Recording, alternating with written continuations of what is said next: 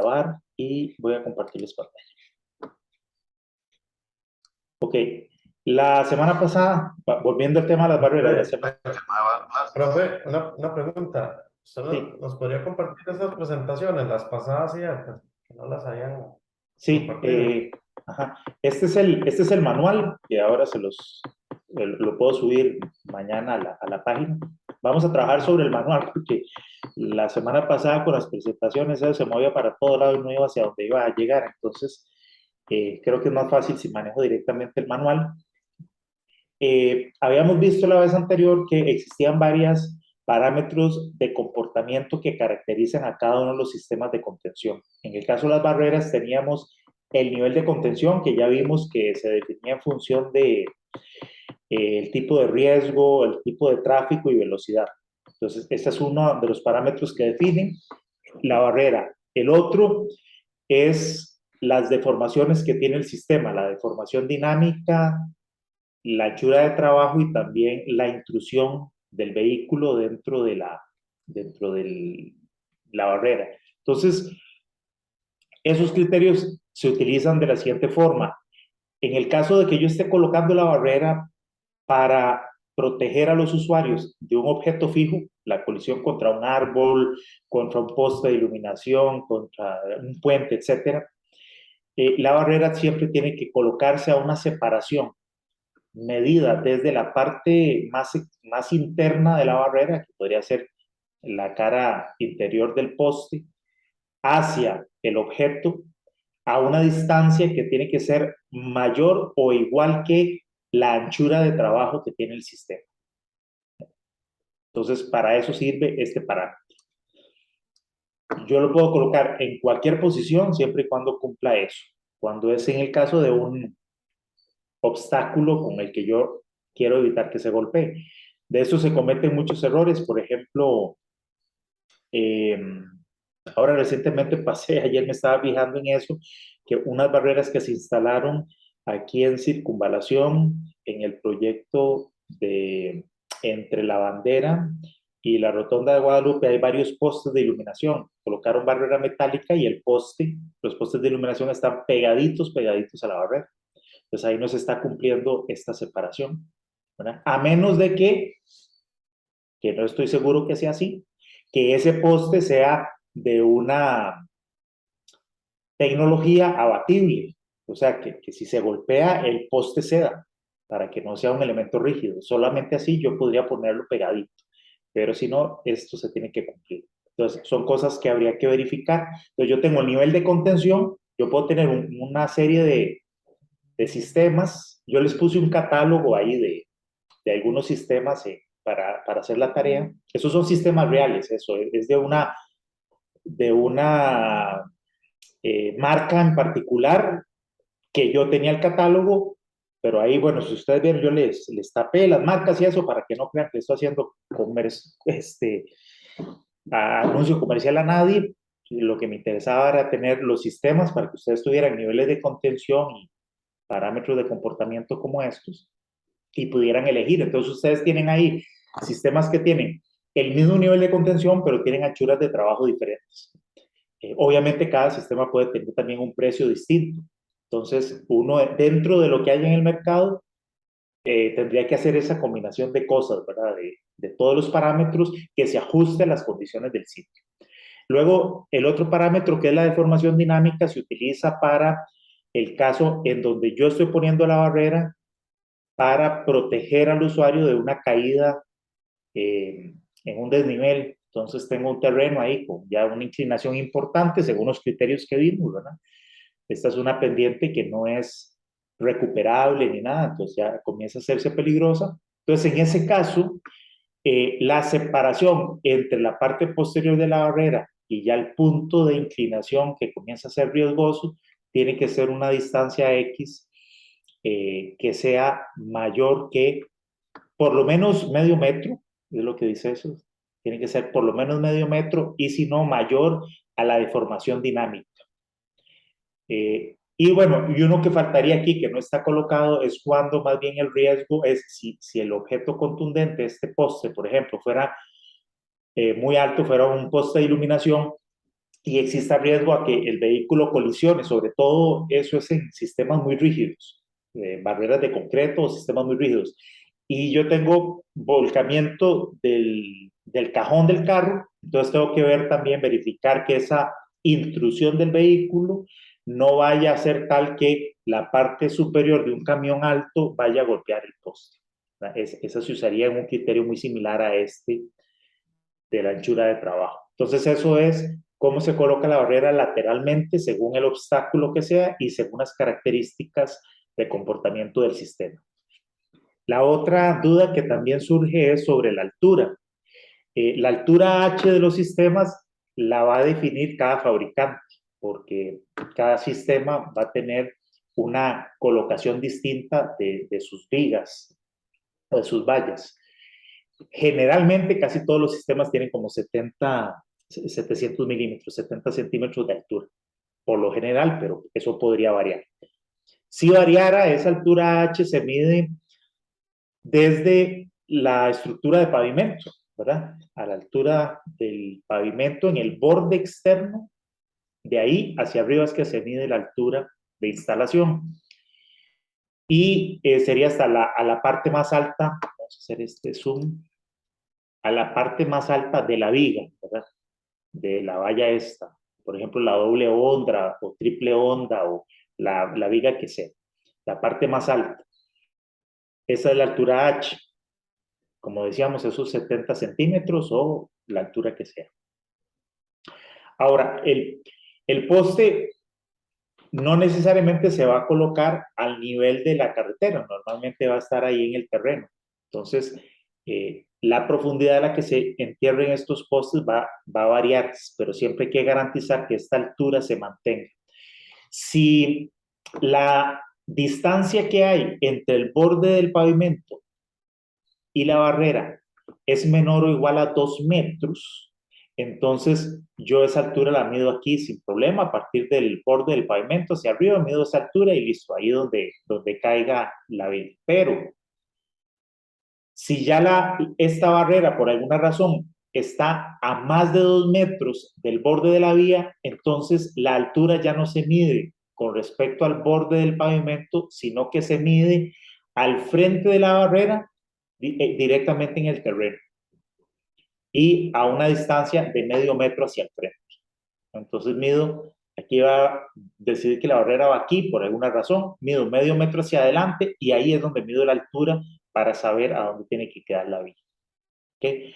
Esas serían las dos condiciones para establecer a qué altura se colocan las barreras, tanto lateralmente como en altura.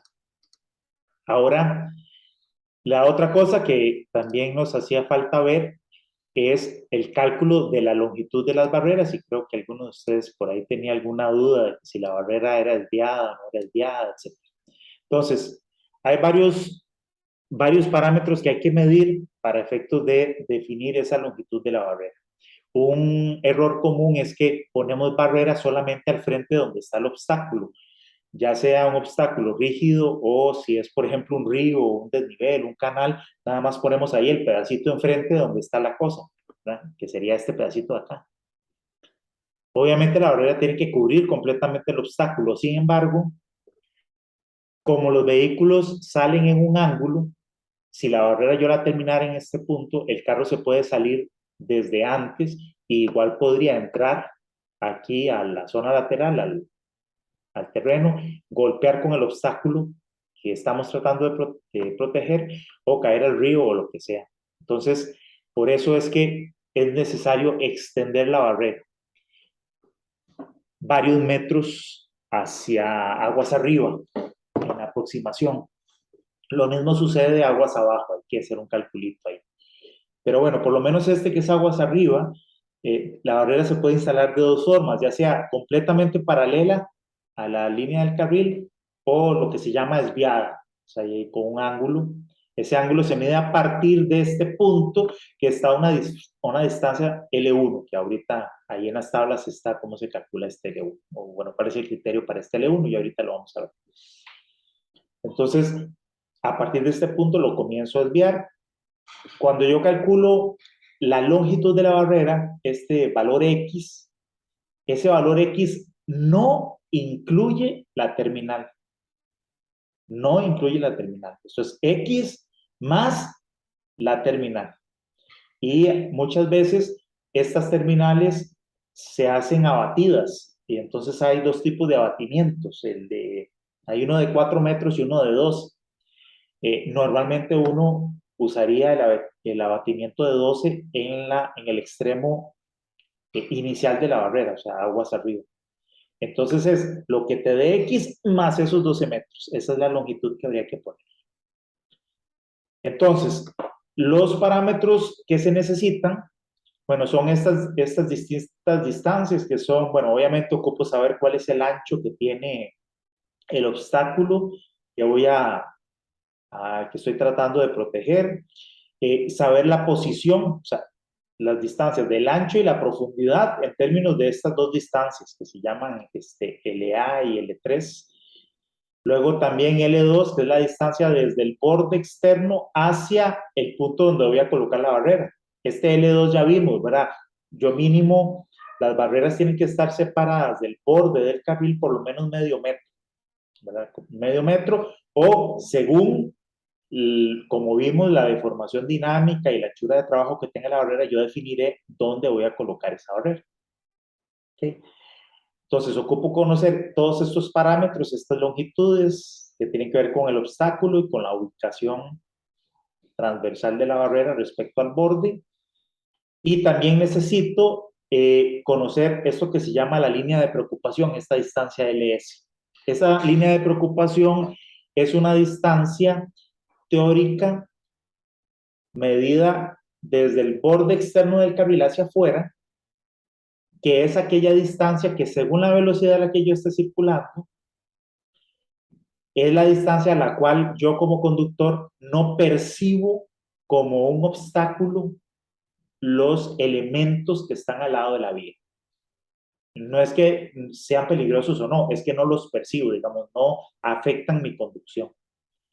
Entre más rápido vaya, yo empiezo a percibir como muy cerca los objetos. Entonces, según la velocidad de circulación, esta línea de preocupación puede ser mayor o menor. Entonces ya vamos a ver eso cómo afecta. Entonces hay unas fórmulas para calcular esta distancia X, ya sea la barrera paralela o desviada. Y si es desviada, pues también hay una fórmula para calcular esta distancia Y hasta este punto, ¿verdad? En el extremo inicial de la barrera. Entonces, aquí están estas, vamos a ver, primero lo del L1, que decíamos esta distancia de acá, que es cuánto tengo yo que extender a partir del obstáculo hacia aguas arriba de la barrera, en forma siempre, en este caso, paralela.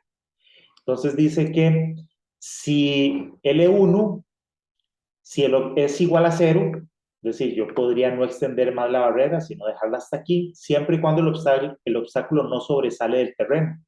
Entonces, si es un talud, lo que yo estoy tratando de proteger, entonces esta distancia, esta longitud mínima de la barrera sería nada más al frente del talud, hasta este punto. Y luego ya de ahí en adelante mido X.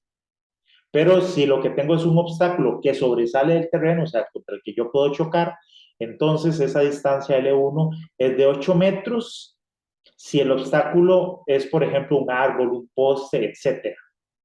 Y si más bien yo estoy colocando una barrera en un pretil de un puente, entonces serían 5 metros. Entonces vean que eso es nada más de partida. La barrera tiene el ancho del obstáculo, o sea, L0, más 5 metros si es un pretil, 8 metros, que serían dos vigas, básicamente, dos vallas, más bien, dos vallas de barrera, si es un árbol, etcétera, más, ahora sí, todo lo que yo tenga que extenderlo por este valor X. Luego, entonces, lo primero que hago es calcular esta distancia que es entre este punto y este punto de acá, que es esta distancia LR.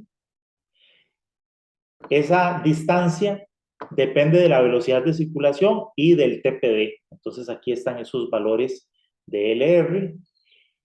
Luego, Las otras distancias, como vimos, son distancias ya sean medidas a partir del borde del carril hacia adentro de la valla, desde el borde del carril hacia la primera cara del obstáculo o a donde esté ubicado ya el talud con pendiente demasiado inclinada. LA sería el ancho completo de ese obstáculo, digamos en profundidad, y L0 esos anchos. Con esas distancias, me voy a ir rápidamente, lo que hacemos es aplicar estas fórmulas, estas ecuaciones. La 3.2, es cuando la barrera es paralela, entonces simplemente con estos parámetros, LA, L2, LA y LR, que fue lo que vimos antes, en la primera tabla, puedo calcular la longitud total de la barrera.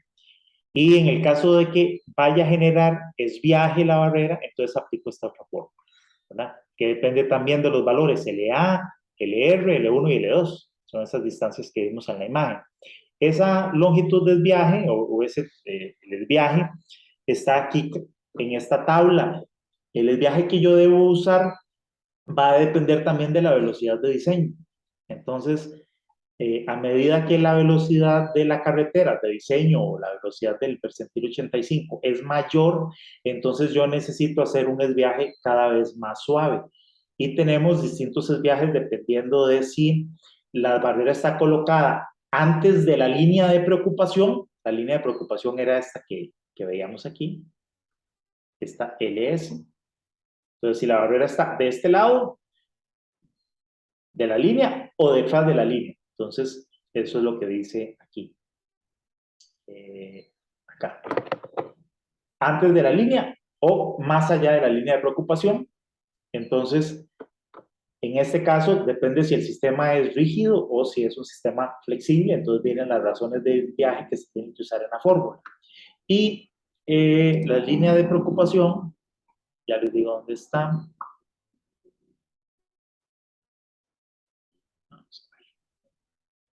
Yo creo que estaba aquí. Es esta tabla.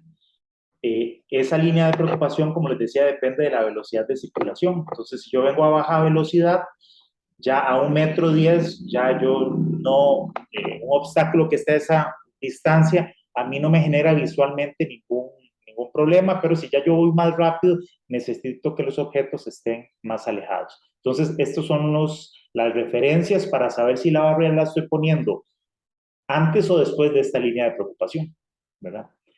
Entonces, midiendo esa geometría es que yo calculo X y calculo Y,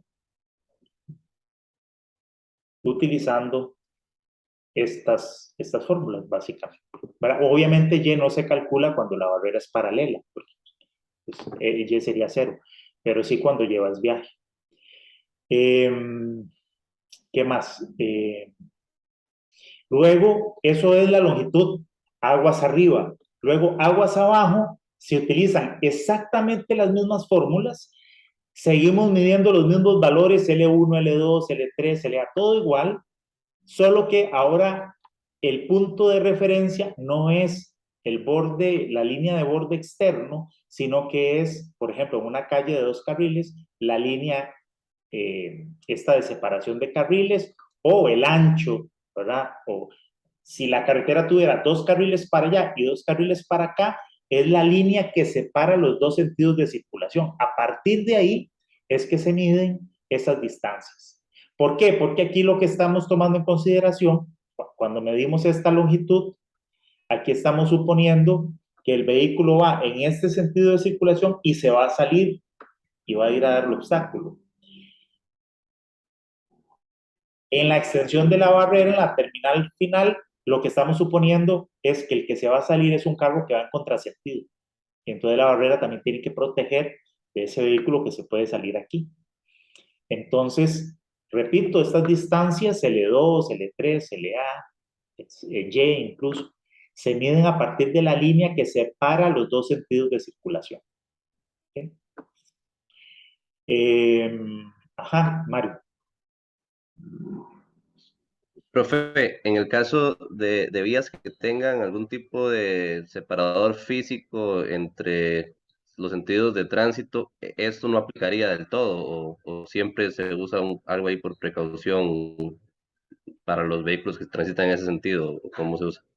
Sí, en esos yo lo que hago es que utilizo también la línea de borde. Por ejemplo, si tuviera dos carriles hacia allá, ¿no? Dos carriles hacia allá, ahí el cálculo sí lo hago desde la misma línea de borde. Le va a dar una barrera un poco más larga, pareciera ilógico, pero es porque, ¿qué pasa si esa calle se pone en contrasentido? ¿Qué es lo que pasa con la ruta 27? ¿Verdad? Que ponen los carriles en el otro sentido de circulación. Entonces, bajo esa consideración, yo podría salirme desde aquí y llegar a golpear el vehículo. Entonces, se mide a partir de la línea de este borde, ¿verdad? Ok, En el caso de gracias. que usted considere que la vía en algún momento pueda ponerse en contrasentido. Si no, de lo contrario, yo simplemente a partir de este punto de L1, que ya vimos cómo se calculaba, de aquí hacia allá le pondría una distancia mínima. Yo nada más garantizaría que la longitud de la barrera sea la longitud mínima, que esa también es otro parámetro que uno le tiene que preguntar al fabricante, al proveedor de la barrera. Esas longitudes mínimas dependen de cuáles fueron las condiciones con las que esas barreras se ensayaron en el ensayo a escala real. Entonces, hay una longitud mínima, la barrera no puede ser más corta que esa longitud que tiene que recomendar el fabricante, porque es la que me garantiza que la barrera se sostenga. Cuando yo la golpeo más o menos en un tramo central, ¿qué longitud necesito? Si ya a este punto la barrera tiene esa longitud, ya yo de aquí en adelante simplemente le puedo dar la terminal, que podría ser abatida de 4 o de 12 metros y ya. Pero como repito, si yo creo o esa carretera podría eventualmente ponerse en contrasentido por seguridad, yo calcularía las longitudes con la línea de borde interna, bueno, externa más bien, esta de aquí. Ok, entonces esta es la manera, ya ustedes pueden ver ahí las ecuaciones no son tan difíciles, es pura geometría, eh, donde salen estas fórmulas X y Y, y listo. Ahora, repito que estas longitudes X que se miden del obstáculo hacia allá, vean que incluyen L1, entonces yo le podría restar L1 para tener cuánta longitud adicional requiero, pero no incluye la terminal. Entonces, de este punto en adelante iría la terminal, ya sea batida, la más cortita es de 4 metros, o hay otras de 12 metros, o lo que yo necesite para instalar un dispositivo si es absorbente de energía. Normalmente en este extremo de la barrera, que es el terminal, aguas abajo, normalmente uno no va a instalar sistemas absorbentes de energía porque son costosos y la probabilidad de que alguien lo choque de frente va a ser relativamente baja. Ahí normalmente uno podría poner un terminal abatido, preferiblemente al talud o al suelo. Pero en el otro extremo, entonces a partir de este punto es todo lo que yo necesite para poder instalar el terminal, ya sea abatido, al suelo, al talud o un terminal absorbente de energía. Ok, básicamente con eso, digamos, me doy por satisfecho con el tema de barreras. Ustedes pueden continuar leyendo el manual y ahí vienen otros criterios, por ejemplo, para la instalación también de amortiguadores de impacto o atenuadores de impacto, ¿verdad? Nada más así rápidamente, los criterios tienen que ver con a qué distancia tengo yo un obstáculo con el que yo podría chocar de frente cuando yo tengo una bifurcación, ahí tengo una rampa de salida de una carretera, como en este caso. Entonces, si este obstáculo está a menos de 60 metros, eso justifica la instalación de un atenuador de impacto. Si no, si todo este espacio todo esto está despejado, yo podría omitir la instalación de esos atenuadores. Recuerdo ese análisis, yo hice una revisión para Circunvalación Norte, donde verificamos eso, los sitios en donde iban a instalar y donde no iban a instalar atenuadores, se verificó contra esta longitud. Entonces, cuando había longitudes muy altas, se podía prescindir del atenuador. A veces estamos en el límite, ¿verdad? Estamos a una distancia de 60, 62. Vea, si el proyecto lo permite, es mejor instalarlo. El tema es que esto lo que te da apenas es un criterio de referencia. pero a veces es mejor hacer la instalación aún cuando apenas se esté cumpliendo con esta distancia, ¿verdad? Pero bueno, a veces hay que optimizar los recursos, entonces este es el que te da ese criterio. Y más o menos esas son las distancias que se ponen de referencia. Este es otro caso en particular en donde también tenemos esa misma longitud.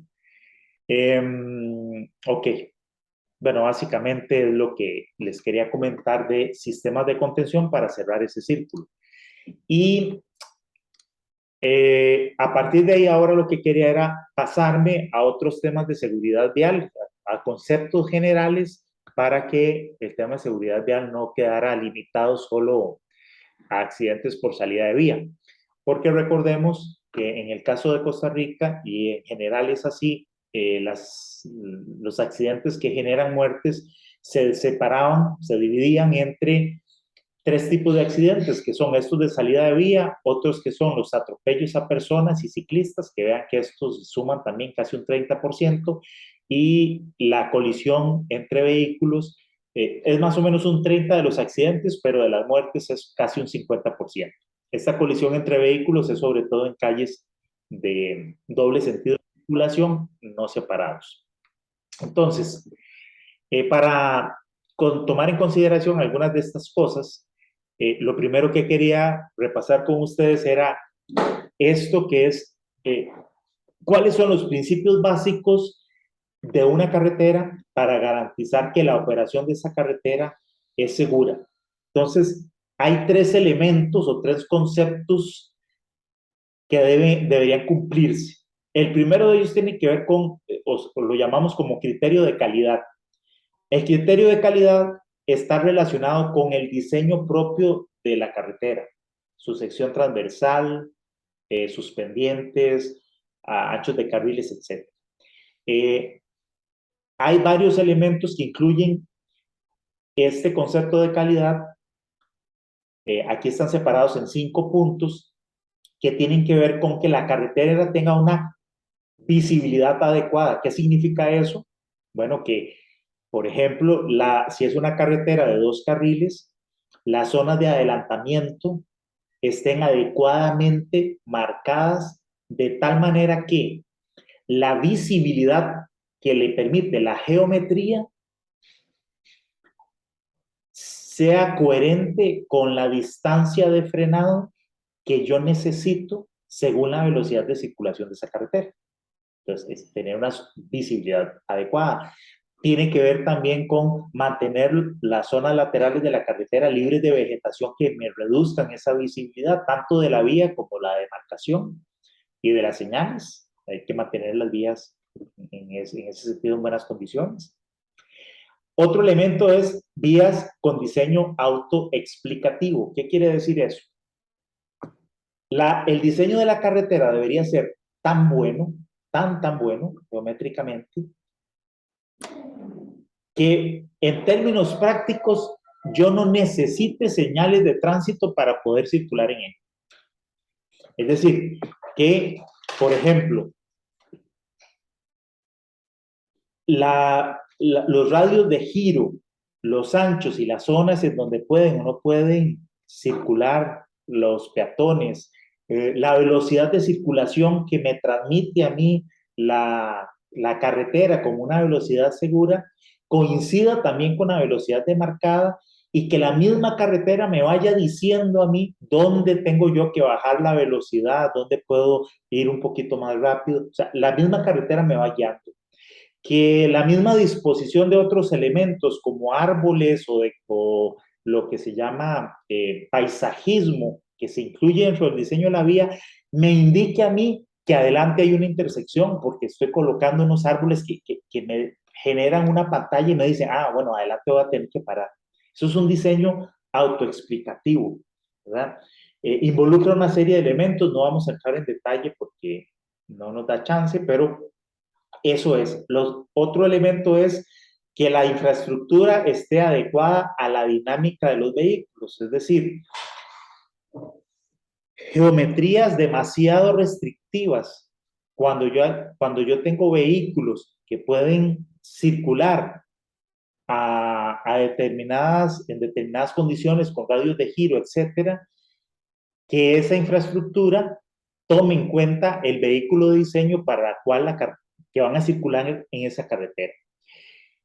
Que haya posibilidades de maniobra y de recuperación. Esto tiene que ver con lo que estudiamos ahora de accidentes por salida de vía, que las zonas laterales también hay que considerarlas, que hay que diseñarlas, y cuando eso no se puede hacer, pues hay que instalar sistemas de contención.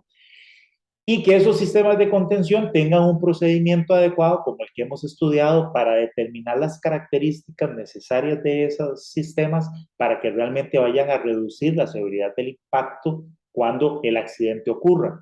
Y que además instale yo los sistemas donde realmente se requieren y que la instalación de esos sistemas sea con un estricto control de calidad con todos los elementos de la instalación de la misma. Entonces, todos estos elementos tienen que ver con calidad.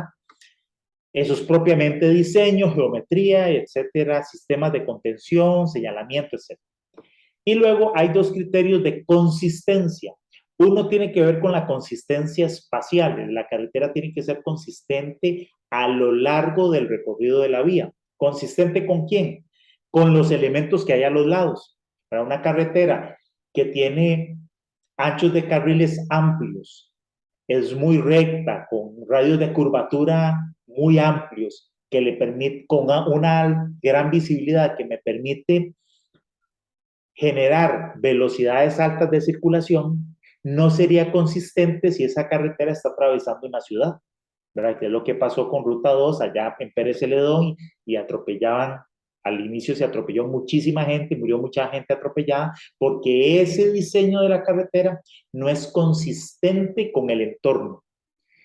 Ese es el elemento uno de consistencia. El otro es consistencia a lo largo del recorrido. En una clase yo mencionaba que una carretera que tiene este problema es la carretera ahí que va de Quepos y va a Montezuma y Santa Teresa.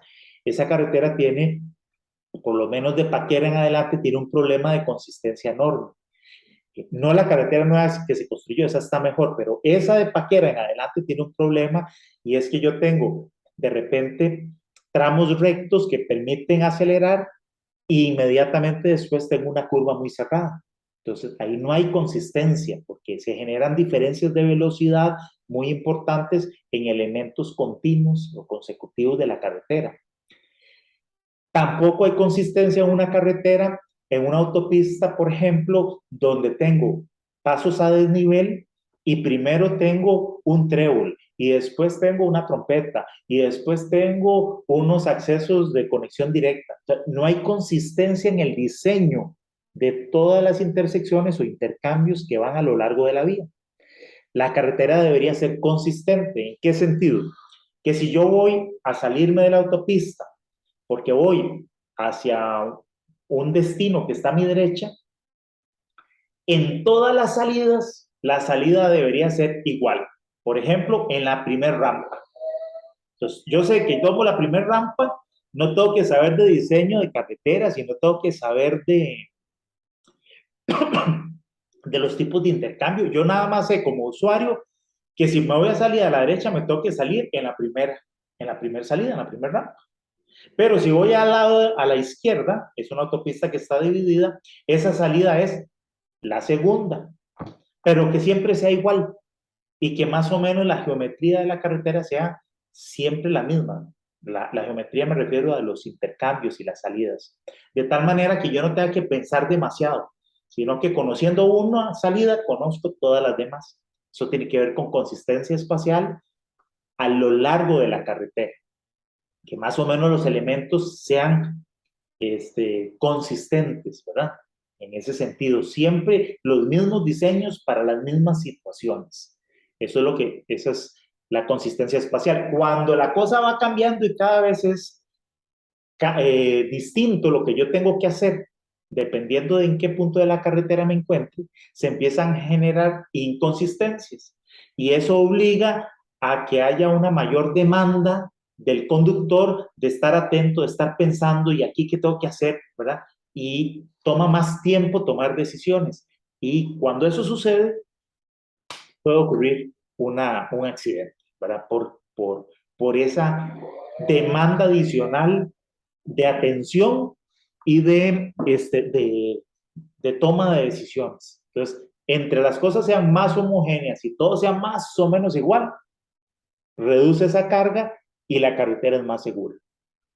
Y luego tenemos consistencia temporal. Esto muchas veces se desvirtúa porque yo diseño una carretera que está pensada para viajar a alta velocidad, está diseñada al inicio como una carretera sin conexiones directas, pero resulta que conforme va pasando el tiempo y se van dando permisos y se van desarrollando los terrenos a los lados, se van generando accesos, intersecciones, etc.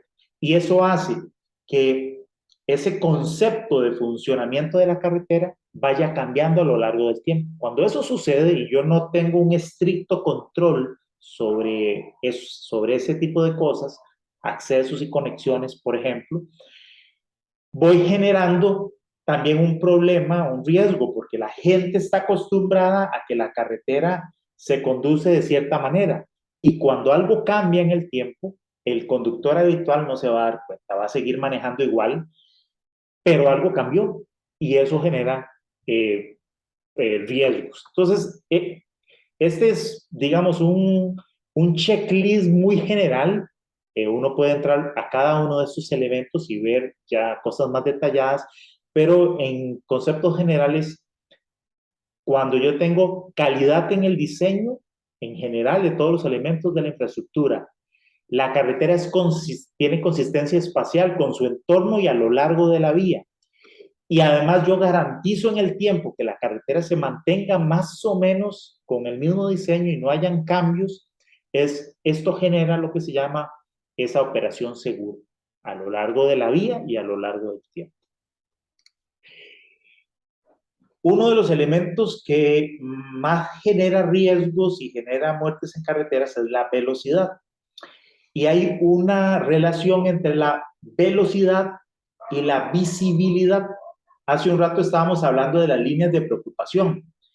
Eso es porque cuando, digamos, hay una relación. Si yo voy muy rápido y yo tengo elementos muy cercanos, o bueno, o más bien, entre más rápido vaya, yo voy sintiendo los elementos que están a los lados como si estuvieran más cerca.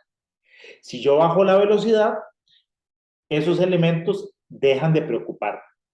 Y resulta que, entonces, hay una relación entre la visibilidad que me permite la carretera y la velocidad segura que yo percibo, que es a la que yo puedo conducir en esa vía. Entonces, cuando yo diseño una carretera sin pendientes muy altas, o sea, más o menos plana, con curvas muy abiertas, radios de curvatura enormes, anchos de carril amplios, y además tengo despejes laterales hacia las cosas, hacia la zona, digamos, hacia los terrenos, árboles y cualquier elemento que está a los lados, y eso está separado de la carretera, me genera un marco de visión amplísimo. Y eso hace que los ojos del conductor se posicionen muy adelante de la carretera. Y eso hace que yo perciba que puedo viajar a alta velocidad. De hecho, si yo viajo a velocidades muy bajas, yo siento que no me estoy moviendo. Mientras que cuando la visibilidad se reduce, entonces también la velocidad que yo percibo como segura comienza a disminuir. Eso es un comportamiento humano y me imagino que a ustedes les ha sucedido cuando uno viaja, por ejemplo, Cañas Liberia. Cañas Liberia tiene, por el trazado que tiene y la visibilidad que tiene, o en una carretera cualquiera, viene de la Florencio del Castillo, alguna carretera que sea de alta velocidad. Si ustedes viajan a una velocidad baja, van a sentir que van demasiado lentos, que los van a golpear por atrás. Pero básicamente es un tema de la relación que hay entre velocidad y visibilidad. Si yo logro, o sea, ¿y esto para qué se usa? Y es que yo puedo lograr que la gente baje la velocidad, que tiene que ver con aquello de la calidad del diseño. Yo puedo hacer que la gente baje la velocidad colocando ciertos elementos que le hagan percibir a él que tiene elementos muy cercanos al lado de la vía. Entonces, algunas de las medidas que vamos a ver, por ejemplo, de traffic calming, etcétera, permiten generarle esta sensación al conductor. Si yo reduzco, aunque sea visualmente, el ancho de los carriles y hago que los elementos que están a los lados, el conductor los perciba más cerca, él va a bajar la velocidad. Por supuesto, hay que tomar otras medidas, pero esta relación de visibilidad y velocidad se toma en cuenta para algunos elementos.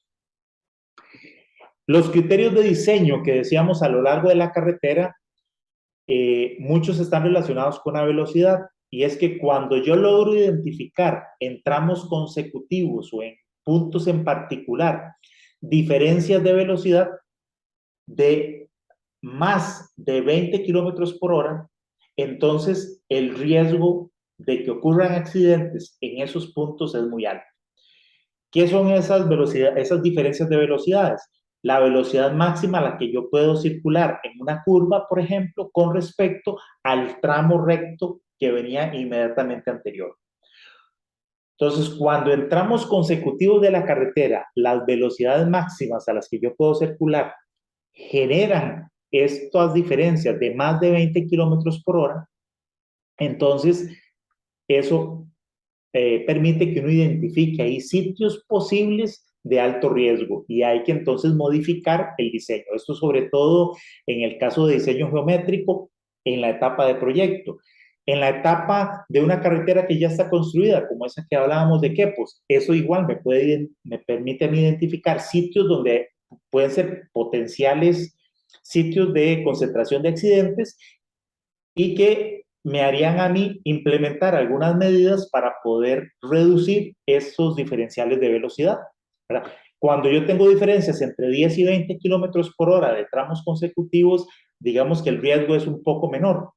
Y se consideran seguros cuando las diferencias de velocidad son menos de 10 kilómetros por hora. Si yo logro conseguir esto, estaría teniendo consistencia de diseño a lo largo de la carretera. Como decía, si identifico sitios, habrá que generar algún elemento, como por ejemplo construir, implementar líneas logarítmicas para bajar la velocidad en el tramo antes de llegar a ese punto, ¿verdad? De tal manera que yo reduzca esa diferencia de velocidad con la que estoy entrando al elemento de menor velocidad. Bueno, hablamos de la consistencia temporal, que ya... pucha, es que se perdió esto.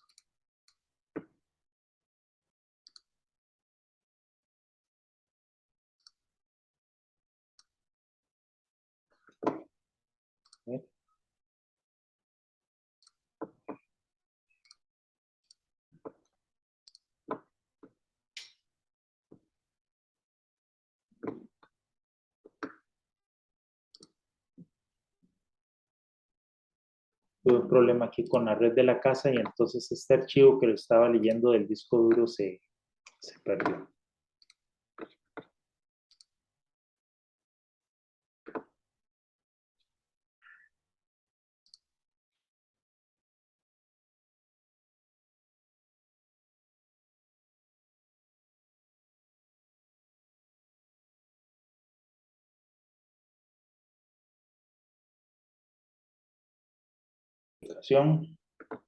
Y vuelvo a compartirles pantalla.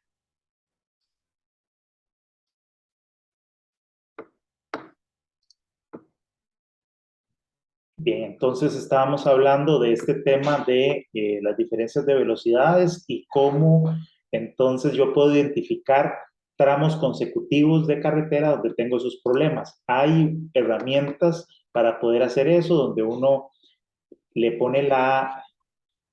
¿Aló?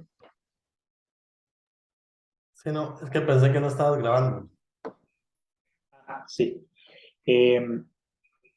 Donde yo le puedo introducir la geometría de la carretera, el perfil, digamos, de la línea centro, y entonces hay criterios, hay modelos que calculan las distintas velocidades de tramos rectos, de curvas, de ingreso a clotoides, etcétera, y ella va haciendo un perfil de velocidades a lo largo de la carretera y me va marcando en color verde cuando esas diferencias de velocidades son menos de 10, en amarillo cuando tengo diferencias entre 10 y 20 y en rojo cuando tengo diferencias de velocidades de más de 20.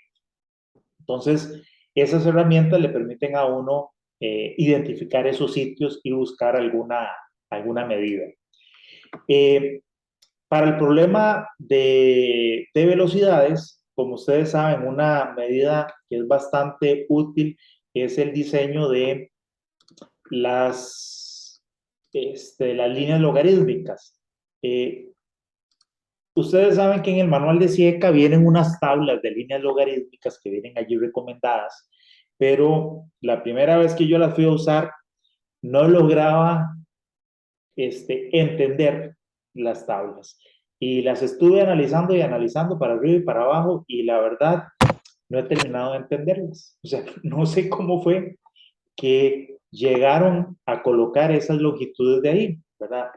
Mi conclusión al final es que esas líneas logarítmicas que vienen ahí establecidas solamente funcionan para casos particulares, pero en el caso general esas líneas logarítmicas no sirven.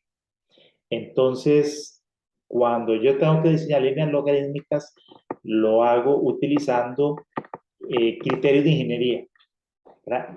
Y salen diseños de líneas logarítmicas que no hay forma de que ustedes las saquen, las extraigan del manual de SIECA. Yo creo que ahí hay un error o llamémoslo una oportunidad de mejora del manual de SIECA.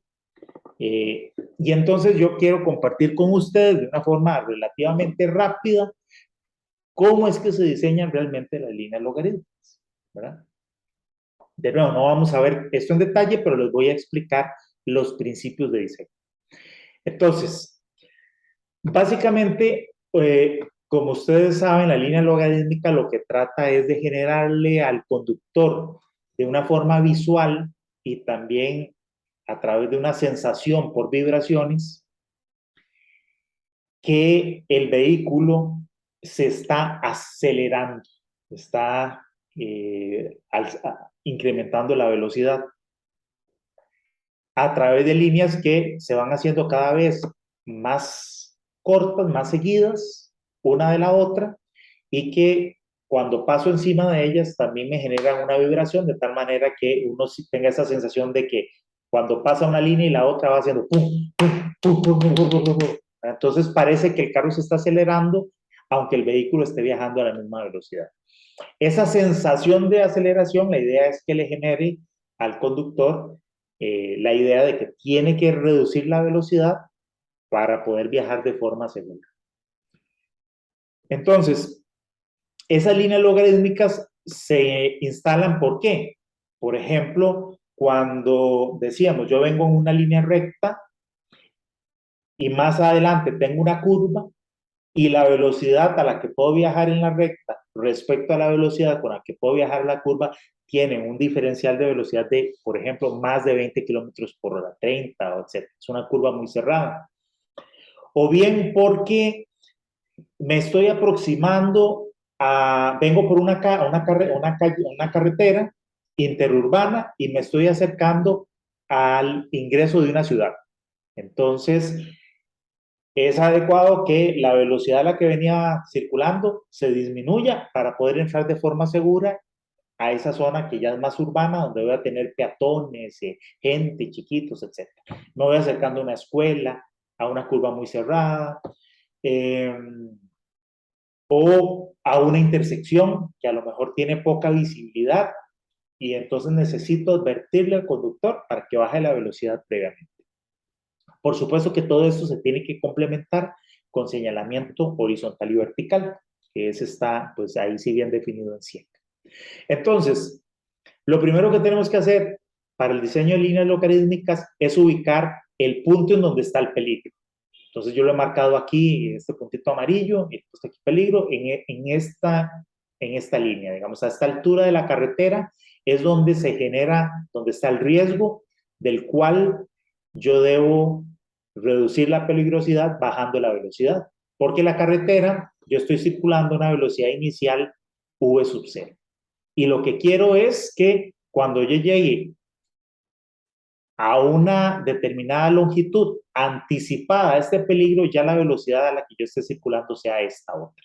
Entonces, por ejemplo, puede ser que esta carretera sea la velocidad de circulación del percentil 85 sea 90 kilómetros por hora y yo necesito llegar a este punto a 60 o a 40, en fin. Entonces yo voy a tener esos dos valores de velocidad, el de la circulación inicial y a la velocidad que yo quiero llegar al final de las líneas logarítmicas, esa velocidad final.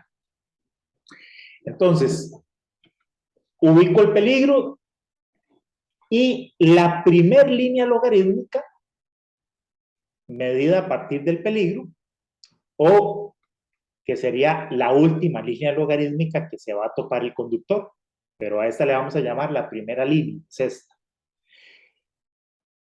Esa línea, la distancia que tiene que tener desde el punto de peligro hasta esa línea, se calcula de forma muy similar a los criterios que vimos para intersecciones, para el cálculo del tiempo de amarillo y todo rojo.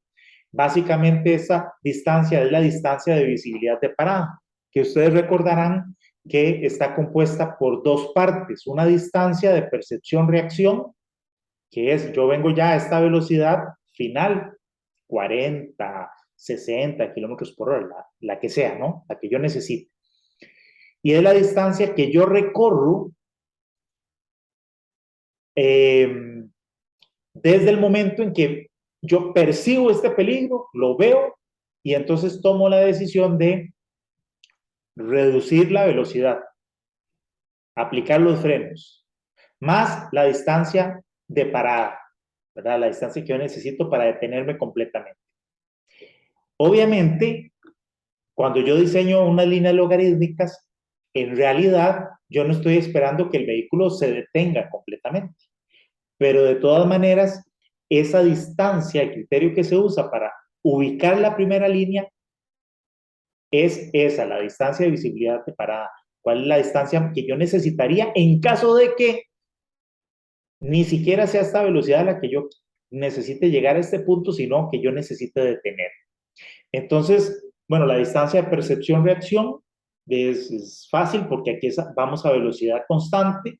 Entonces, suponiendo que voy viajando a esa velocidad v sub f, aún el tiempo de percepción-reacción, recuerde que más o menos por ahí habíamos hablado que podía ser alrededor de 2,5 segundos. Entonces, esta es la distancia que yo recorro en ese tiempo. Más la distancia de frenado. Yo voy a pasar de una distancia VF a una distancia 0. Entonces, también aquí yo tomo en cuenta si el coeficiente de fricción de la carretera, esto lo podría transformar en una desaceleración también, que habíamos hablado de algún tipo de desaceleración, pero si quiero tomar en cuenta el coeficiente de fricción de la vía, entonces lo puedo utilizar aquí como un coeficiente F. Normalmente para el pavimento y a una velocidad de 60 kilómetros por hora, ese coeficiente de fricción anda alrededor de 0,34. Entonces yo puedo usar ese valor como referencia. A velocidades menores el coeficiente de fricción aumenta. Entonces, con este de 0,34 es para una velocidad aquí de entrada de 60 kilómetros por hora, con eso es suficiente. Y también tome en cuenta la pendiente, porque si esto es, obviamente va pendiente descendente, ocupo una mayor distancia. O bueno, si voy subiendo, ocupo una distancia más cortita. Entonces, ese es el valor de I. Entonces, en valor decimal. Entonces, con esta fórmula yo puedo calcular esa distancia de frenada. Entonces ya tengo ubicada la primera línea. Ahora, el resto de las líneas, el criterio de diseño es el siguiente. En general lo que se usa es que la separación entre línea y línea tiene que permitir que yo tenga una desaceleración de 2,78 metros por segundo. ¿Por qué esa desaceleración? El criterio es que yo logre reducir mi velocidad en 10 kilómetros por hora cada segundo. Esa es básicamente. Reducir 10 kilómetros por hora cada segundo, lo que equivale a 2,78 metros por segundo cuadrado. Esa es la desaceleración que yo voy a utilizar para pasar de la velocidad V sub 0 a la velocidad VF. Ahora sí, ¿Cómo pinto las líneas? Bueno, las distancias entre línea y línea, pues utilizo las fórmulas de movimiento uniformemente acelerado y depende,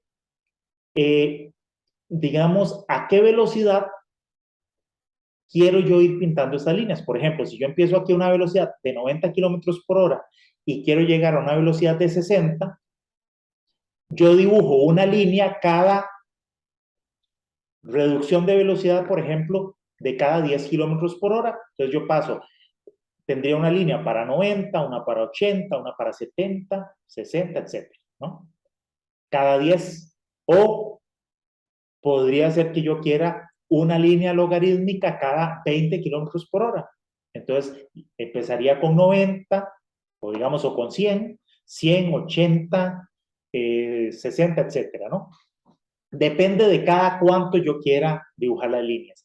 Por lo general se usan líneas cada 10 kilómetros por hora, lo cual también coincide con, digamos, con este criterio. Pero una cosa es la desaceleración y otra cosa es una línea cada cuántas kilómetros por hora quiero yo dibujarla. Yo recomiendo cada 10, ¿verdad? Pero uno puede hacer un cálculo con más o menos separación de velocidades y eso te va a dar más o menos líneas. Pero entonces, yo digo, si empiezo aquí en 90, la siguiente línea, yo lo que quiero es que ya yo vaya a 80, la que siga a 70, 60, etc. Y simplemente utilizando como decía, las ecuaciones del movimiento uniformemente acelerado, voy calculando a qué distancia voy a tener entre la velocidad de 90 y 80, la de 80, 70, etc. Y así es como yo dimensiono esas líneas logarítmicas. Así voy a saber cuántas tengo, qué distancias hay entre cada una de ellas y cuál es la longitud total. Esa es la manera en que se diseña. Como ustedes ven, la cantidad de líneas y las separaciones de esas líneas pues van a depender de cuáles son las velocidades de entrada y cuáles son las velocidades de salida. Por eso, esas tablas que aparecen en el CIECA realmente tienden a confundir, no son muy claras de cómo se utilizan y yo personalmente prefiero utilizar estos criterios para el diseño. Entonces, bueno, eso respecto a, entonces, algunas medidas que uno puede utilizar para hacer esas reducciones de velocidad necesarias. Luego, relacionado con los accidentes que tienen que ver más bien con los atropellos, tanto a personas o ciclistas, que como vimos es uno de los accidentes o tipos de accidentes que causan mayores muertes en carretera. Y los otros accidentes, además de los de salida de vía, son los choques frontales. En el caso de los choques frontales, les expongo el caso, ahora lo estábamos mencionando de la carretera de la Ruta 32, ¿verdad? Esas son algunas imágenes de choques en distintos momentos que mataron gente por colisiones frontales. Esas colisiones frontales, por supuesto que se dan en carreteras no divididas, carreteras ordinarias de 2 carriles, de 1 carril por sentido, donde la gente se desespera porque no puede adelantar, ¿verdad? En carreteras o autopistas de este tipo, ese tipo de accidentes no ocurren. En algunos lugares, con el objetivo de reducir este tipo de accidentes, lo que han tratado es de ir transformando esas calles no divididas a carreteras divididas, ya sean autopistas o carreteras multicarril, ya sea con separación central o con medianeras, digamos así, verdes, y que en algunos casos se ocupa colocar barrera de contención para evitar pasarse al otro lado y cuando este ancho no es suficiente. Alguien estaba levantando la mano, parece. Sí, profe, una consulta. Es que yo he escuchado, no me acuerdo a dónde que cuando una carretera tiene 2 o más carriles por sentido, ya la ley obliga o exige que haya algún tipo de elemento separador entre sentidos, ya sea una New Jersey o una medianera. No sé qué tan cierto será eso. Bueno, no necesariamente porque hay carreteras interurbanas que son simplemente separadas también con doble raya amarilla. Entonces, uno puede tener, hay radiales, etcétera, que tienen doble raya amarilla. Lo que pasa es que ya esa separación se va a requerir sobre todo cuando la carretera sí está diseñada para velocidades de más de 80 kilómetros por hora, porque la probabilidad de que uno vaya a colisionar es muy alta, ¿verdad? Y sobre todo si tengo varios carriles y hay maniobras de cambio de carril. Pero que yo sepa, no conozco una ley o algún argumento, digamos, que diga que tiene que ser así. Lo que sí ocurre es que hay distintos tipos de vías y entonces hay secciones típicas ya establecidas. No el manual de diseño de la SIECA, de diseño geométrico me refiero, o los manuales, digamos, el gringo, etcétera, el libro verde. Hay distintos tipos de vías. Todas las carreteras, me salté esto, pero todas las carreteras tienen dos funciones, ¿verdad? Una es la función de movilidad, es decir, brinda un servicio para que yo me desplace de un origen a un determinado destino. En principio de forma segura, constante, sin detenerme, lo más rápido posible y de una forma eficiente. Ese es el principio de movilidad. Y la otra es que en alguna medida mayor o menor también me permite tener acceso a las propiedades que están en los terrenos a lo largo de la carretera. Todas las carreteras cumplen en alguna medida la función de movilidad y la función de acceso. Hay unas carreteras que son, la función de movilidad es la más importante. Entonces, esas son carreteras como las autopistas o lo que son vías arteriales que están pensadas y diseñadas para ir a alta velocidad. Recorrer lo más rápido posible distancias, es para cortar distancias. En ese tipo de vías, entonces, se prioriza la movilidad y se reduce o elimina la accesibilidad. Entonces, por eso es que las autopistas en general son vías de acceso restringido. Entonces tienen mucha movilidad, pero poca accesibilidad. Las propiedades a los lados, yo no las conecto directamente a esas carreteras porque generan un impacto sobre la velocidad de circulación, la hacen más ineficiente y por otro lado la hace muy insegura. Y luego en otro extremo tenemos las carreteras del tipo locales. En el extremo, ya las vías dentro de un condominio, un residencial o una zona residencial. Esas calles, su función principal es la de accesibilidad, o sea, el acceso a las propiedades. Entonces ahí se reduce la función de movilidad. Entonces son calles de baja velocidad, pero que uno se puede conectar de manera directa. Y en medio hay otras vías tipo colectoras. Entonces, en principio, uno va pasando de vías locales, que son principalmente de acceso, a vías de colectoras, recogen todos estos flujos de las vías locales para luego conectarlas a las vías arteriales o autopistas. Entonces, esa es la lógica gradual de paso de tipo de vías. Entonces, ahí sí, las secciones transversales típicas para vías locales, colectoras o arteriales son distintas. Entonces, en una vía arterial, como vas a ir a alta velocidad, ahí sí o sí necesitas tener una separación central porque los vehículos van a ir a muy alta velocidad. Necesitas también más carriles para poderle dar capacidad a ese flujo. Y conforme te vas pasando ya vías colectoras, algunas vías colectoras podrían tener o no esa separación física central, pero la velocidad ya de circulación se va reduciendo, también va incrementándose el acceso que puedes dar o no a estas calles, y ya en las vías locales, pues definitivamente ahí la prioridad es el acceso a las propiedades. Entonces ahí son calles, como decíamos, de baja velocidad, en donde además es muy usual tener también peatones y gente circulando en bicicleta, gente caminando, etcétera. Porque, de nuevo, ahí lo principal es que usted tenga acceso a las propiedades y a los terrenos que hay alrededor. Entonces, ahí la prioridad del vehículo disminuye. Esto también lo comento porque a veces uno puede tender a extremar cierto tipo de medidas, ¿verdad? Que se ponen de moda. Entonces, como estamos de moda con la seguridad vial, entonces pensamos en que vamos a implementar un montón de medidas para reducir las velocidades, para darle acceso a otro tipo de usuarios a las calles, etc. Eso está bien cuando estamos en calles más o menos de este nivel. pero eso es impensable írselo a poner a una calle arterial.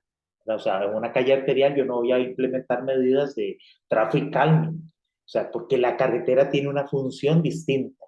Ahí lo que yo tengo que controlar es el acceso. Y si yo le quiero dar movilidad a otro tipo de modos de transporte, que a lo mejor es importante por ahí el movimiento en bicicleta, debo construir una ciclovía segregada, separada, es otra infraestructura, no la calle arterial, ¿verdad? Porque entonces genero más bien un problema con esos conceptos que veíamos al inicio, porque entonces no hay una consistencia entre el diseño de la carretera y la función que tiene, ¿verdad? Y el uso de otros modos de transporte.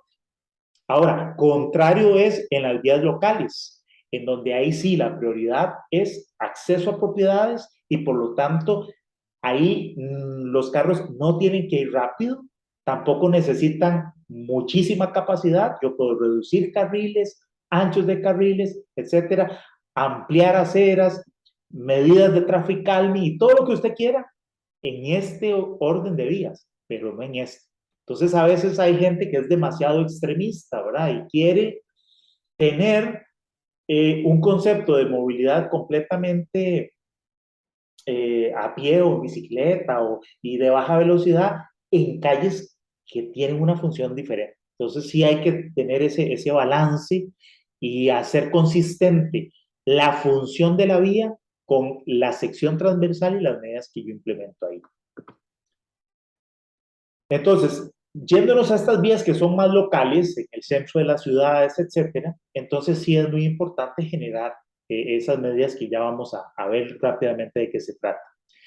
En estas calles, sobre todo colectoras o carreteras incluso interurbanas, decíamos que el problema son esas colisiones frontales, no se van a dar si yo tengo este diseño. Entonces, ahí sí hay una inconsistencia. Yo tengo una calle interurbana como una calle solamente de 2 carriles, pero esa calle tiene mucho tráfico, etcétera, y la gente pretende movilizarse rápidamente porque son largas distancias, la gente va a tender a desesperarse. Entonces, ahí el problema es que tenemos una inconsistencia entre el tipo de calle que estoy proveyendo y la función que esa calle está cumpliendo. Entonces, si realmente estoy conectando poblados lejanos, la gente va a intentar moverse rápido y voy a tener que dirigirme entonces a un diseño más de este tipo o de este tipo. Porque cuando tengo calles así, a menos de que sean de tráfico muy bajo y que tenga suficientes tramos rectos con posibilidades de adelantamiento, si eso no ocurre, aquí la gente va a tender a adelantar en las curvas y entonces ocurre lo que veíamos. ¿Verdad? Entonces tengo curvas, en estas curvas horizontales donde no tengo visibilidad, tengo que restringir el adelantamiento, pero si casi toda la carretera tiene doble raya amarilla, la gente se desespera, va a rayar y va a tener ese problema. La visibilidad también se puede limitar por curvas verticales, ¿verdad? Como ustedes saben, entonces hay que ir analizando la visibilidad por el trazado vertical y horizontal y hay que revisar que si haya un buen porcentaje de la carretera con posibilidades de adelantamiento. Cuando eso no pasa, la gente adelanta y vamos a tener choques frontales. ¿Qué es lo que pasaba en la carretera, en la ruta 32? Nada más para repasar un poquito el concepto de lo que ahí se hizo, que no fue solo instalar los postes abatibles, sino que ahí utilizamos un concepto de carretera que se ha utilizado mucho en Europa y también en los últimos años, en las últimas década en Estados Unidos, que son las carreteras 2+1. Esas son carreteras que por su ancho permite implementar 3 carriles de circulación. En la ruta 32 teníamos en unos buenos tramos de vía, sobre todo del Surquí en adelante, digamos, en dirección hacia Limón, teníamos ahí 3 carriles, solo que el concepto de diseño que teníamos ahí era de un carril de ascenso. Entonces, siempre que teníamos pendiente ascendente, poníamos 2 carriles en la dirección subiendo, de tal manera que en principio los camiones se hicieran a un lado y los vehículos livianos pudieran adelantar por el carril de en medio. El problema que tenía ese diseño es que En el otro sentido de circulación, es decir, de San José hacia Limón, habían pocas oportunidades de adelantar y ahí era donde normalmente los vehículos hacían adelantamiento indebido. Entonces, una carretera 2+1, el concepto es el siguiente, es balancear en una dirección y en la otra esas oportunidades de adelantamiento. Entonces, se hizo una revisión de criterios de diseño de varios países y al final se llegó a generar este criterio como una guía de diseño. Que no necesariamente se cumple al 100%, sino que es hacia donde se tendía a buscar el diseño, y era generar tramos básicos de por lo menos 2 carriles, 2 o más, con 2 carriles de circulación en un sentido y un carril en el otro. Luego generamos transiciones y el siguiente tramo tiene otra vez una longitud mínima aproximada de 2 kilómetros, pero con 2 carriles en el otro sentido. Y eso se va alternando continuamente. Como ves, aquí tenemos 2-1, aquí más bien tenemos 1-2, 2-1, 1-2 y así sucesivamente. Eso generaba o genera zonas de transición de 2 tipos, de las que se llaman transiciones no críticas y otra que son transiciones críticas. La transición crítica es cuando quedan, el carril central queda con carriles en contrasentido, ¿verdad? Aquí tenemos 2 carriles, este viene hacia acá, y en el otro sentido también tenemos un carril de frente. Entonces, estas transiciones son críticas porque ahí podría provocarse una colisión de frente, que es precisamente lo que queremos evitar. Entonces, esas transiciones tienen que tener una longitud bastante amplia. Se había recomendado tener por lo menos 400 metros de transición crítica. Eso se calcula según velocidad de circulación, distancias de frenado, etc. Al final, en la carretera, en la ruta 32, me parece que la transición más pequeña que se usó fue de 500 metros o más. Entonces, esa es la transición crítica. La transición no crítica más bien es cuando pasamos de 1 y 2 a también 1 y 2. Entonces, fíjense que aquí en este tramo no tenemos vehículos circulando de frente en el carril central. Entonces, esas transiciones sí pueden ser cortitas, de 50 metros. Creo que aquí en la ruta 32 se usaron mínimo 60 metros. Pero bueno, estas eran un poco las recomendaciones de los mínimos. Y por supuesto que eso se tiene que complementar con señalamiento que vaya indicándole a la gente cuándo se va a abrir a 2 carriles, cuánto falta para llegar a esa transición, a efectos de que la gente no se desespere. Entonces, eso realmente resultó bastante bien. Se complementó con los postes abatibles en medio para evitar que la gente adelantara aún en sitios en donde no se podía. Hay 2 tipos de vías en Europa o de rutas 2+1, las que tienen y las que no tienen división central. Entonces, por ejemplo, déjenme ver si tengo una por aquí. Bueno, esta es en Finlandia, esta es una ruta 2+1, está sin separación central, pero esta, por ejemplo, que es en Suecia sí utilizan, aún en las rutas 2+1, barreras de este tipo de cables. El problema con estas barreras de cables es que como impiden completamente el paso, ahí sí que generamos el problema que algunos de ustedes mencionaban, ¿verdad? ¿Qué pasa si hay una emergencia? ¿Cómo pasa una ambulancia o un vehículo de bomberos, etcétera? Esto se puede utilizar solamente cuando el ancho de la calle es bien amplio y entonces este carril es de, por ejemplo, tengo un espacio de 4 metros o más, de tal manera que los vehículos se puedan ahorillar y pueda pasar otro vehículo aún en el mismo carril. Y de todas maneras, esto requiere cierta cantidad de kilómetros, tener alguna abertura en caso de que haya que pasarse en el sentido contrario de circulación o la emergencia es del otro lado, ¿verdad? El problema que tienen también esta separación con cables es que, si bien es cierto, evitan completamente las colisiones frontales, se golpean también con mucha frecuencia al igual que ocurrieron con los postes abatibles, y entonces el costo de mantenimiento y conservación de esto es altísimo, ¿verdad? Nosotros sustituimos esto por los postecitos. Los postecitos obviamente no eliminan la posibilidad de adelantar. De hecho, la separación entre poste y poste era como de, creo que 15 metros o más, lo cual permite que un carro perfectamente se meta entre los dos postes y se pase al otro lado, pero sí genera como una especie de barrera visual que desincentiva que los vehículos se pasen al otro lado. Y bueno, pero ustedes saben la historia de eso, cómo fueron golpeados con camiones, tuvieron muy poca durabilidad porque los que se habían puesto inicialmente realmente no eran postes abatibles con la capacidad de colisión que se necesitaba, y después se hizo otra licitación para cambiarlos ya por postes realmente que tenían capacidad de ser golpeados con mayor intensidad y mayor frecuencia, y que eran certificados por ensayo a escala real. Entonces, bueno, pero más o menos la idea de estos postes era evitar que la gente se aburriera. Bueno, en realidad la solución de carretera 2+1 es ir dando oportunidades de adelantamiento en un sentido de circulación o en el otro, independientemente de si voy en subida o voy en bajada, para que la gente pueda mantenerse tranquila haciendo cola en un carril, porque sabe que más adelante, 2 kilómetros adelante o 3 kilómetros adelante, voy a tener la posibilidad de adelantar. ¿Okay? Entonces, esa es la idea. Esto, si uno revisa las estadísticas de colisiones y de choques frontales y muertes, realmente fue súper exitoso.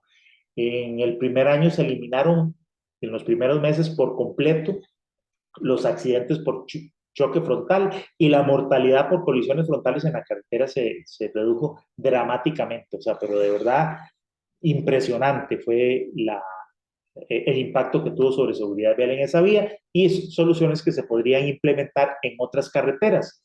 A lo mejor no tenemos el espacio suficiente ni el recurso para coger una carretera de 2 carriles como esta y transformarla en una carretera multicarril, pero podría ser que ampliar un carril adicional ancho requiera menos recursos. Entonces uno podría pensar, que es lo que han hecho en otros países, no solo adaptar carreteras y convertir carreteras existentes a carreteras 2+1, sino que incluso desde el principio en diseño, se diseña como una carretera 2+1.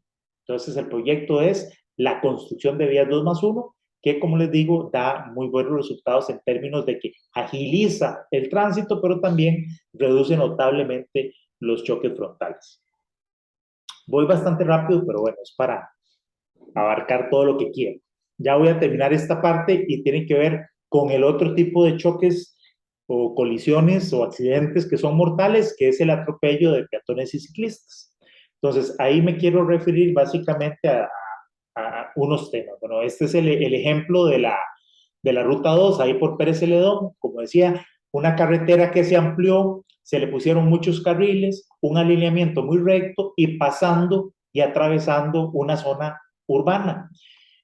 Totalmente inconsistencia entre la sección transversal de la vía y el uso de la carretera. Eso generó un montón de muertes. Aquí son imágenes lamentables de un montón de choques y muertos que se generaron por ese diseño de carretera, porque no había consistencia. Realmente ahí la solución estaba dada. Unos metros atrás tenemos una vía urbana con una medianera con una zona verde medianera, una sección típica completamente urbana, con pasos, con semáforos, etcétera, porque estamos pasando por en medio de una zona urbana, no una autopista, que fue lo que se construyó ahí.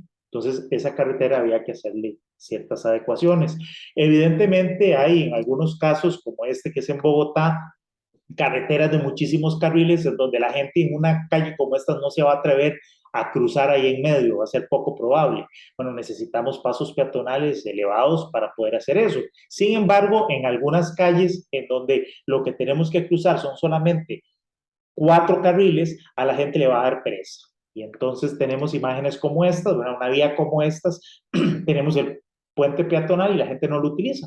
No lo va a utilizar porque la energía que gasto subiendo el puente y cruzando, sobre todo en una calle como esta, que no es dividida, ¿verdad? No tiene sentido. Entonces, una solución como esta aquí no resuelve el problema. Aquí hay que cambiar la sección transversal, hay que hacer aceras más amplias, hay que poner pasos peatonales a nivel, hay que poner semáforos peatonales, etc. Hay que cambiar completamente el concepto de calle, porque además estamos metidos en una zona urbana totalmente comercial. Aquí, por supuesto, que van a haber peatones y entonces las soluciones tienen que ir más bien por otro lado. Bueno, vamos a ver. La otra cosa que quería comentar sobre esto es ya en las zonas meramente urbanas, todas estas medidas que se conocen como medidas de tráfico calmado. Les presento esta imagen porque lo resume muy bien. Las medidas de tráfico calmado van dirigidas hacia dos objetivos. Uno es eliminar la conectividad dentro de la ciudad, es decir, de tal manera que yo para atravesar la ciudad no pueda coger la avenida completa y recorrerla de lado a lado, ¿verdad? Entonces yo tengo medidas como estas, en donde antes tenía una calle continua, genero una división física que impide el que yo pueda circular por ahí. Y la otra es generar angostamientos y zigzags en algunas calles para reducir la velocidad de circulación, ¿verdad? Y además ir generando ese angostamiento para ir acercando los elementos laterales de la vía al conductor, por aquello que decíamos de que entre yo más estrecho vea la carretera, más lento voy a circular. Entonces, esta es una serie de medidas de traffic calming. Esta es otra en donde yo, por ejemplo, hago un sobreancho en un punto intermedio de la calle para poner un paso peatonal, reduzco la longitud que tengo que atravesar de la calle y hago que el paso peatonal sea más seguro. O sobreensanchamiento en las esquinas también, que reducen velocidad de circulación y acercan las aceras para que el peatón pueda circular de una forma más sencilla. Esta, digamos, sería un conjunto completo de cuadras con ese tipo de medidas de tráfico calmo. Aquí ya estas medidas están implementadas de forma permanente, pero como ustedes saben, uno también puede hacer un proyecto piloto con lo que se llama urbanismo táctico, que no es otra cosa que implementar ese tipo de medidas de traffic calming, pero a través de la pintura, y que puede ser o bien permanente o al final se podría convertir en, temporal o permanente en una calle. Muchas veces estas medidas de urbanismo táctico, como les decía, yo las puedo implementar a medida de forma temporal con esas medidas de traffic calming, de ensanchando las esquinas, de cerrar, por ejemplo, vías, donde había un ejemplo, esta, por ejemplo, ¿okay? Donde antes inicialmente tenía una calle, yo elimino el paso por ahí y obligo al vehículo a ir a dar una vuelta. Eso inmediatamente va a hacer que el tráfico vehicular por esta zona se disminuya, porque a la gente le va a dar pereza ir a dar toda la vuelta, el tráfico se va a trasladar a otra calle, y además la velocidad de circulación aquí va a ser menor. Como les decía, esto uno lo podría implementar de forma temporal, medir el impacto que tiene, lograr que los vehículos se distribuyan por la red, aprendan que ya no se puede pasar por ahí, medir el impacto y eventualmente tomar la decisión de si ya esto, en lugar de pintura, lo convierto en una obra de infraestructura permanente con árboles o concreto, etcétera, un bordillo, en fin. Y entonces son cosas que se pueden hacer temporalmente. Aquí viene otra donde decíamos ensancho aceras, reduzco las distancias de cruce en las esquinas para los peatones, etc. Entonces esas son una medida que se puede implementar como medida temporal antes de hacer estas cosas ya permanentemente, ¿verdad? Aquí vienen algunos ejemplos, ¿verdad? De cosas que se pueden hacer. Esto perfectamente podría ser algunas medidas que se implementen en lo que se llaman vías de transición, en donde yo vengo de una ruta interurbana que tiene prioridad el vehículo a alta velocidad, no hay personas caminando por ahí, es una calle meramente para carros, pero atraviesa una ciudad. Eso nos pasa en todos los pueblitos y ciudades de Costa Rica. La calle siempre atraviesa por el medio de la ciudad. Entonces yo puedo implementar una serie de medidas en donde yo voy angostando el tráfico y voy generando como una especie de puerta de entrada a la ciudad con anticipación. Incluso puedo poner aquí un letrero grande: bienvenido a, no sé, a Atenas, ¿verdad?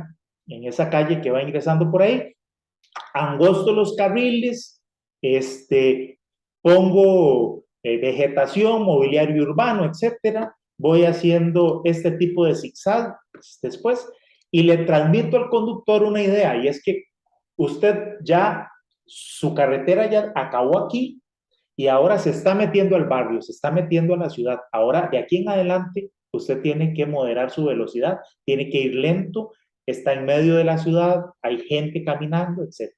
Eso es como lo que ocurre cuando uno se mete a las calles de la universidad. Usted va por la calle, normalmente a cierta velocidad, se mete a la U y usted sabe que ahí tiene que ir lento. Es un diseño completamente. Se metió a la universidad, se metió a la casa. Bueno, aquí igual, se metió a la ciudad, se metió al barrio. Entonces, todas esas medidas hacen que los vehículos reduzcan la velocidad, circulen distinto, y luego ya al final de que cruza la ciudad o el pueblo o el barrio, le ponen otro letrero, que le vaya muy bien, ¿verdad? Lo esperamos pronto, y, okay, y otra vez el diseño vuelve a ser la carretera normal donde usted puede ir más rápido. Pero en ese tramo el diseño es distinto. Obviamente, este tipo de cosas como tener pasos peatonales a nivel tipo acera, donde tengo esta acera continua que se llama, donde le damos prioridad al peatón, son otro tipo de medidas que se pueden implementar. Así como incluso tener alguna demarcación que visualmente me reduzca el ancho de carril. Vea el ancho de carril que tenemos aquí, y con estas líneas en otros países lo que hacen es un zigzagueo, ¿verdad? Reducen visualmente el ancho del carril para que usted baje la velocidad en esos sitios. Bueno, en términos generales, eso es un poquito lo que les quería presentar el día de hoy para redondear los conceptos de medidas para mejorar la velocidad en unas calles, pero de tal manera que se haga con criterio dependiendo del tipo de vía donde se va a hacer, y teniendo esos criterios decíamos, de calidad, de consistencia física y de consistencia temporal. Ok, aquí ya me quiero callar y acabar mi intervención. ¿Alguna duda o comentario? ¿Alguna cosa que quisieran que comente de forma adicional, o algo que no hablamos? Mario. Profe, no, yo lo que quería era preguntarle si existe posibilidad de que usted esta presentación de 300 diapositivas la pueda subir para que nosotros la tengamos ahí como documento de Sí, consulta para luego. sí, sí, claro que sí. Esta presentación es, como le digo, es bien larga y tiene ahí explicaciones adicionales que no da chance aquí no me dio chance de desarrollar, pero si no, de todas maneras, hacerlo aquí en clase, sobre todo que no es presencial, es muy aburrido. Vean una cosa que esta imagen les quería también comentar. Algunas de las medidas que permiten mejorar la seguridad de la seguridad vial tienen que ver con ese concepto claro que uno tiene que tener sobre la funcionalidad de las calles. Aquellas calles que lo que dan es servicio a los barrios, o imagínense eso también al interior de una ciudad.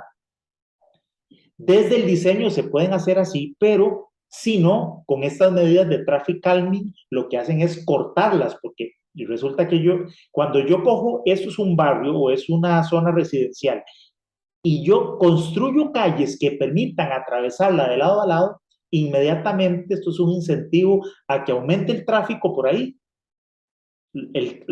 carros también a mayor velocidad, y posibles sitios de conflicto y de choques, ¿verdad? Algo como esto, ¿verdad? Entonces, yo tengo aquí todas estas casas, una zona residencial, y construyo una calle que va de lado a lado, inmediatamente lo que le digo a la gente, a los vehículos, es pase por aquí y se ahorra esta vuelta, ¿verdad? Cuando en realidad debió haber sido de esta forma. Es una calle que permite accesibilidad, acceso a las propiedades, pero no movilidad. No es una calle, no es una arteria. Aquí solamente tiene que entrar el que viene para acá. o el que sale de esta zona.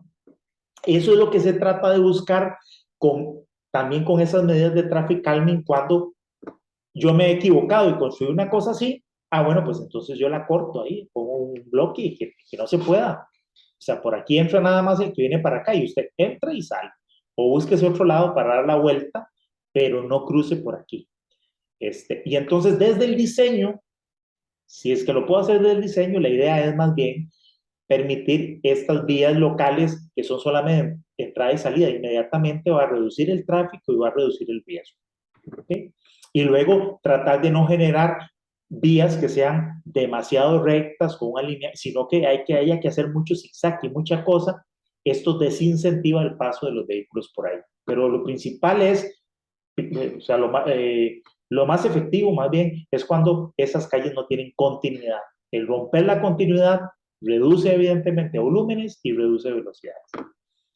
Ok, entonces bueno, esto como les digo, esta presentación es bien larga y yo se las voy a subir el día de mañana para que tengan ahí de referencia todas esas posibles soluciones y medidas. ¿Algún comentario adicional o pregunta?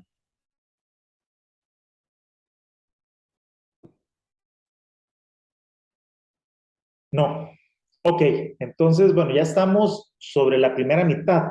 Vamos a tomarnos, aunque sea un poquito más temprano, los 20 minutos de descanso y luego ya regresaríamos a que ustedes hagan la presentación del trabajo, de los resultados del trabajo que hicieron. Si les parece, entonces nos vemos en 20 minutos.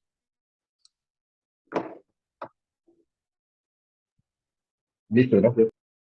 Perfecto, gracias.